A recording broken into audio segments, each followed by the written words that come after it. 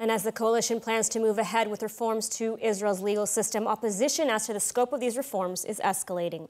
Joining us now with his views on the issue is Professor Alan Dershowitz, Professor Emeritus at Harvard Law School. Thank you for joining us. Thank you for having me. So you've been somewhat critical of the proposed legal reforms in recent days. I mean, what do you view as the main problem or problems or dangers with this reform? Will it really erode Israel's democratic standing? There's a tremendous amount of confusion between democracy on the one hand and minority rights on the other. Opponents of this proposal say it would turn Israel into something other than a democracy. They are just completely wrong. All a democracy means is majority rule. These proposals actually would enhance majority rule. It would give much power to the Knesset and to the other duly elected officials, but it would do so at the great expense of minority rights, civil liberties, basic fundamental rights like due process, free speech, and other issues that are minority rights. So let's get the debate clear. This will not turn Israel into something other than a democracy. It would turn them into a democracy less sensitive to minority rights, human rights, and civil liberties. Mm-hmm. And going along that, proponents are saying that the role of the Knesset is to enact the laws, the role of the court is to uphold them. But today, in its current configuration, the court is overstepping its authority. I mean, how do you respond to that? Do you agree with that assessment? No, I disagree with the assessment when it comes to issues like human rights and equality. I think the Supreme Court is doing exactly the right thing in making the majority comply with minority rights on those core issues.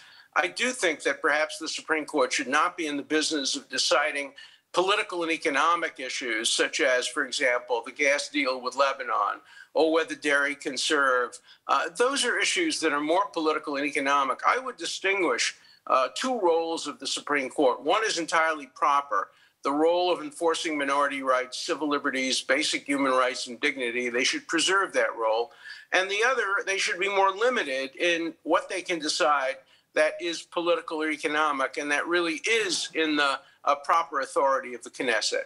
So I think both sides are wrong in this debate. Both sides are overstating their arguments. And I think what we need is for serious people to sit down and come to some compromise. The compromise I suggest is that the jurisdiction of the court over issues that are politically economic should be cut back, or there ought to be override on some of those issues. But no tampering should be done with the role of the Supreme Court in having the last word on civil liberties, human rights, basic equality, and issues of that kind. That's a compromise that I think would be acceptable to people on both sides, except for the extremists. The extremists on each side will be dissatisfied with any compromise. And Israel's a deeply divided country like the United States. Remember, the same debate is occurring in the United States right now with a mirror image.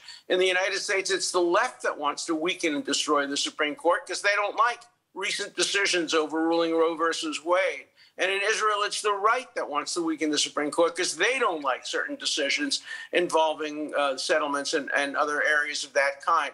In both cases, it's short-sighted. We should not have structural reform based on dissatisfaction with a couple of current opinions. Mm-hmm. But I mean, here in Israel, there still does seem to be some sort of consensus, even from members of the opposition, that legal reforms are needed. It's just a disagreement over the scope. And as you mentioned, so would you agree with that some type of reform is necessary? I think some kind of reform would be appropriate in cutting back the jurisdiction of the Supreme Court in economic and political issues. What shouldn't be done is changing the nature of how Supreme Court justices are appointed. The Israeli system is much, much better than the American system. The American system is too politicized. Look at what happened just recently when the President of the United States tried to appoint Merrick Garland to the Supreme Court, and the Republicans wouldn't even let him get a hearing. And then immediately Trump appoints somebody to the Supreme Court, and they rush it through. It's much too political in the United States. And in Israel, it's a far, far better system. And it's produced great justices over history. I've known most of them. And they are among the best justices in the world, some of them among the best justices in modern history. People like Shamgar, for example, who's the president of the Supreme Court, is not a leftist. He is a security-conscious person who fought for the Irgun and who has been an Israeli patriot. He was selected by this commission.